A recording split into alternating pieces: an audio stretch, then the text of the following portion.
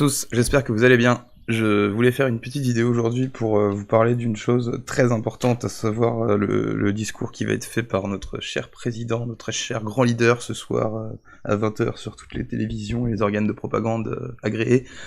Voilà, je voulais vous dire une chose, c'est que je demande pas aux gens d'aller risquer de perdre un œil dans la rue, je demande pas aux gens d'aller risquer leur vie même ou quoi que ce soit, mais simplement je vous demande de partager au maximum cette vidéo et de partager au maximum ce qui est dit, à savoir qu'il faut se battre, il faut pas se laisser faire, et malheureusement, là, actuellement, le seul moyen d'être entendu, parce que apparemment c'est comme ça que ça fonctionne, c'est sur les réseaux sociaux.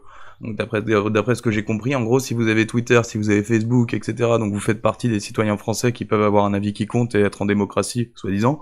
Si vous n'avez pas Facebook, si vous n'avez pas Twitter, ce qui était mon cas jusqu'à il y a pas longtemps, là, avant de faire ma chaîne, et encore, de toute façon, je m'en sers très peu, du coup, vous êtes un peu, vous êtes marginalisé, puis du coup, votre avis ne compte pas. C'est-à-dire que même les politiques, ils assument, ils disent donc prendre des décisions en fonction de ce qui s'est dit sur tel truc ou tel truc. Ah, il y a eu une levée de bouclier contre ça, d'accord, en bref.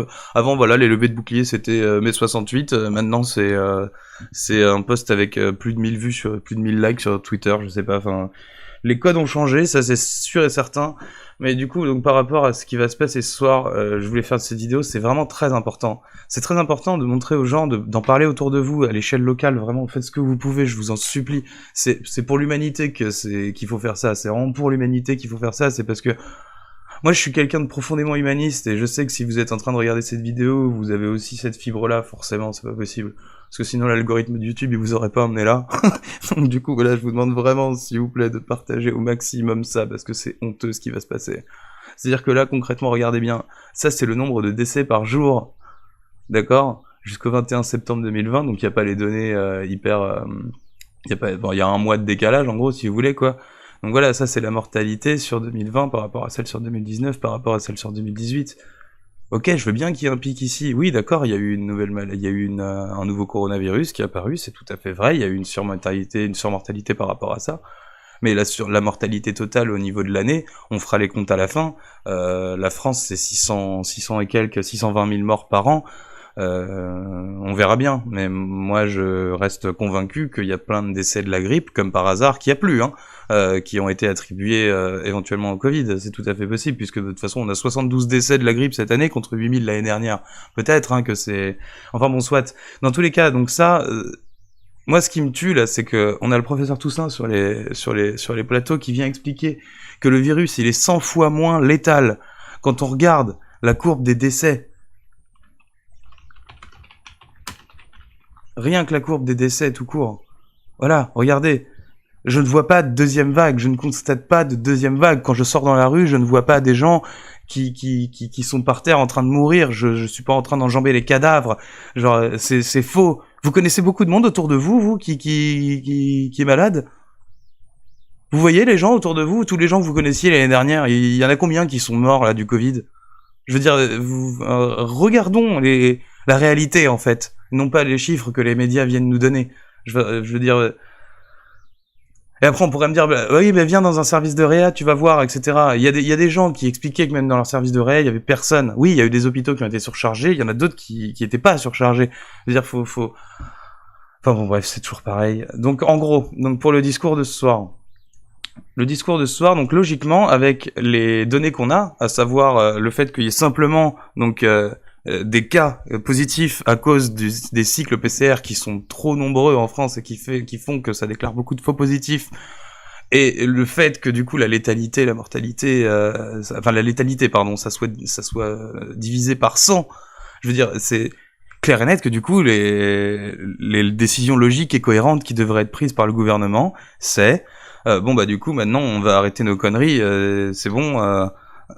Mais à culpa, on n'aurait pas dû peut-être prévenir autant que guérir, mais malheureusement, on a estimé faire notre travail, on a estimé que c'était le mieux pour protéger la population, blablabla, j'en sais rien, vous voyez. Alors ce qui va se passer, c'est pas du tout ça. Ce qui va se passer, je vous l'annonce clairement, de toute façon c'est toujours la même méthode du journaliste. Hein. Le matin, donc ils reçoivent leurs dépêches et tout, puis ils reçoivent leurs instructions d'en haut, quoi, et puis on leur dit, bon bah du coup il va falloir travailler un petit peu là-dessus aujourd'hui, parce que ce soir, Macron va annoncer couvre-feu à partir de 23h et limitation des rassemblements à 5 personnes. Par exemple, hein, je dis ça, je dis rien. Bon bah du coup les journalistes ils vont faire quoi? Donc France 24 ils vont prendre leur tout le monde, hein, Le Monde 20 minutes, tout le monde. Donc ils prennent leur truc et puis regardez. Donc couvre-feu, restrictions locales, confinement partiel avant les vacances de la Toussaint, 3 petits points. De nouvelles mesures doivent être annoncées mercredi par Emmanuel Macron pour tenter de lutter contre une deuxième vague forte de l'épidémie. Donc déjà vous voyez la douille. Directement on vous dit que c'est une deuxième vague forte. Regardez bien. On voit bien que c'est une deuxième vague forte. Donc là on est sur un mensonge. Est-ce que vous appelez ça une deuxième vague forte? Est-ce que le mot est bon? Est-ce que le mot fort correspond à la caractéristique de la courbe ici, là, de l'augmentation? Dites-moi. Je sais pas. J'ai quand même ma petite idée. Donc voilà, on ment aux gens, on explique aux gens que du coup... Donc on ment, en fait c'est simple, hein, on ment sur l'interprétation des tests PCR. Et derrière... là quand même c'est grave, enfin merde, réveillons-nous quoi, putain, vous vous rendez compte, plus le droit de sortir après 23h. C'était quand la dernière fois? C'était quand vous aviez 16 ans, 17 ans? Non mais sérieux, nous laissons pas faire. Gueulons, moi je fais ce que je peux en faisant ces vidéos à la con, faites ce que vous pouvez aussi de votre côté, je vous en supplie, faites-le pour nous, pour tout le monde, pour l'humanité quoi, c'est pas possible de laisser passer, il faut plus laisser passer, il faut qu'on se réveille, tout le monde se réveille, et là c'est ça passe ou ça casse, et bah faut que ça casse, franchement, faut qu'on se réveille, faut qu'on... Non, c'est mort, faut arrêter les conneries là. Je vous en supplie, partagez au maximum cette vidéo, faites en sorte que ça tourne et faites en sorte que les gens se réveillent sur les réseaux sociaux partout. Je suis désolé, non, c'est pas une forte augmentation de la courbe, non, ça mérite pas un couvre-feu à 23h, non, ça mérite pas qu'on puisse pas se voir à 6 parce que le Covid il arrête de venir dès qu'on est 6, et puis il arrête de venir au restaurant dès qu'il est 23h. Non mais sérieux, putain. Putain.